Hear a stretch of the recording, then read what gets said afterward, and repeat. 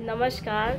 20 सितंबर दिन बुधवार के लिए आपको अपने आंगनवाड़ी केंद्र पे क्या क्या ईसीसी में गतिविधियां करानी है, आइए जान लेते हैं। सबसे पहले तो बच्चों का गर्मजोशी के साथ आपको बहुत बहुत स्वागत करना है, उनको प्रार्थना करानी है, साथ ही उनकी स्वच्छता जांच करनी है जो रोज़ का करते हैं आप, और उनसे जो हमें चर्चा करनी है कौन सा दिन है, कौन सी तारीख है, कौन सा महीना है, कौन सा वर्ष है, इसके बारे में बात करनी है। फिर जो हमारी साप्ताहिक थीम है यातायात के साधन, उसके बारे में बात करनी है। तो आपको जो पहला पीरियड हमारा होगा उसमें आपको बच्चों से पूछना है कि वो किन किन वाहन पे बैठे हैं, मतलब बच्चे जो हैं वो किस किस तरीके के गाड़ियों पे, किस किस वाहन पे बैठे हैं। तो आप बच्चों से पूछेंगे तो वो बताएंगे कि वो साइकिल पे बैठे हैं या जिस पे भी वो बैठे हैं, वो आपके साथ आपके चर्चा में भाग लेंगे और अपना जवाब देंगे। और बारी बारी से हर एक बच्चे से आप ये क्वेश्चन करेंगे ताकि कोई भी बच्चा जवाब देने से पीछे ना रह जाए, और सब में ये जवाब देने की जो स्किल है उनको मतलब बिना झिझक वो आपसे बता सकें, इस स्किल को आपको डेवलप करना है बच्चों में। तो आप ये चर्चा पहले पीरियड में करेंगे, ठीक है। फिर जब आप पूछ रहे हैं उनसे कि किस किस वाहन पे बैठ के आए हैं, तो उस वाहन के प्रकार के बारे में पूछिए, वो कहाँ चलता है उसके बारे में पूछिए, और उस मतलब वो कैसे चलता है उसके बारे में आप पूछ सकते हैं। उनको कैसा लगा उस पर बैठने पे, या वो अगर 2-3 तरीके के वाहनों पे बैठे हैं तो उनमें से कौन से वाहन पे बैठना उन्हें अच्छा लगा, इन सब चीज़ों के बारे में आप बात कर सकते हैं, ठीक है। तो जो हमारा अब दूसरा पीरियड होने वाला है, आप जानते हैं 2 ग्रुप में ये पीरियड मतलब बाइफरकेट किया गया है। पहला हमारा 3 से 5, दूसरा हमारा 5 से 6। तो जो हमारा 3 से 5 साल के बच्चे हैं उन्हें पहले 30 मिनट में फ्रीली खेलने देना है, और दूसरे 30 मिनट में आंगनवाड़ी वर्कर्स को ऊपर और नीचे के कॉन्सेप्ट को बच्चों में क्लियर करना है। ऊपर और नीचे की अवधारणा आप पहले भी बच्चों में क्लियर कर चुके हैं।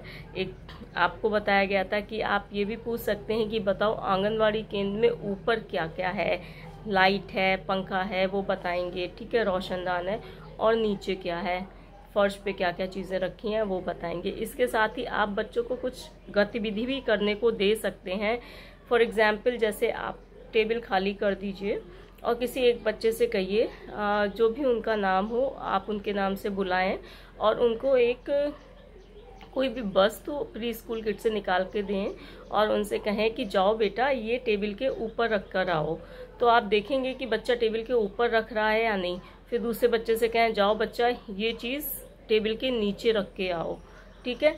तो इससे भी बच्चों में ऊपर और नीचे की, ऊपर कहाँ रखना है या नीचे कहाँ रखना है, ठीक है। इस तरीके से आप ये भी बोल सकते हैं। कुर्सी को भी ले सकते हैं कि जाओ बेटा ये कुर्सी के ऊपर ये वस्तु रख के आओ, ये कुर्सी के नीचे रख के आओ। फिर दूसरे बच्चों से पूछ सकते हैं कि इन्होंने सही रखा है या नहीं रखा है।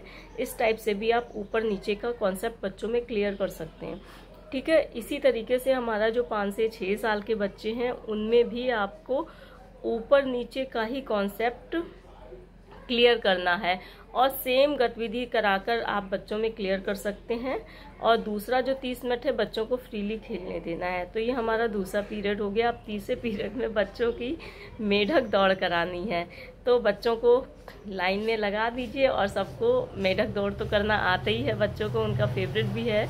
तो आप बच्चों को मेढक दौड़ कराइए, ठीक है। मेढक की तरह उन्हें कूदना है। कूदने के साथ साथ उनसे कहिए मेढक कैसे आवाज़ निकालते हैं, आवाज़ निकाल के क्या कहते हैं वो मेढक दौड़ करें, ठीक है। और मेढक कहाँ रहते हैं, ये सब चीज़ों के बारे में भी आप बच्चों को जानकारी दे सकते हैं।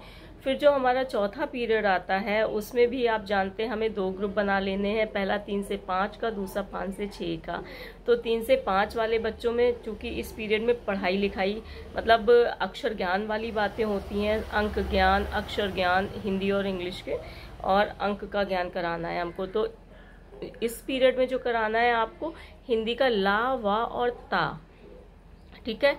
इन अक्षरों को आपको 3 से 5 साल के बच्चों को बताना है, और 5 से 6 साल के बच्चों को इसमें जो उनकी जो गतिविधि पुस्तिका है उसमें पृष्ठ संख्या 54 में जो गतिविधि है आपको वो करानी है, ठीक है। अगर आपको उस समय आपकी गतिविधि पुस्तिका उपलब्ध नहीं है तो आप बच्चों को भी अक्षर ज्ञान हिंदी के करा सकते हैं। ठीक है, 2-2 अक्षर को जोड़ के शब्द रचना कैसे की जाती है उनको भी बता सकते हैं। ठीक है, फिर हमारा जो 5वां पीरियड हो जाएगा बच्चों का कहानी का पीरियड है ये।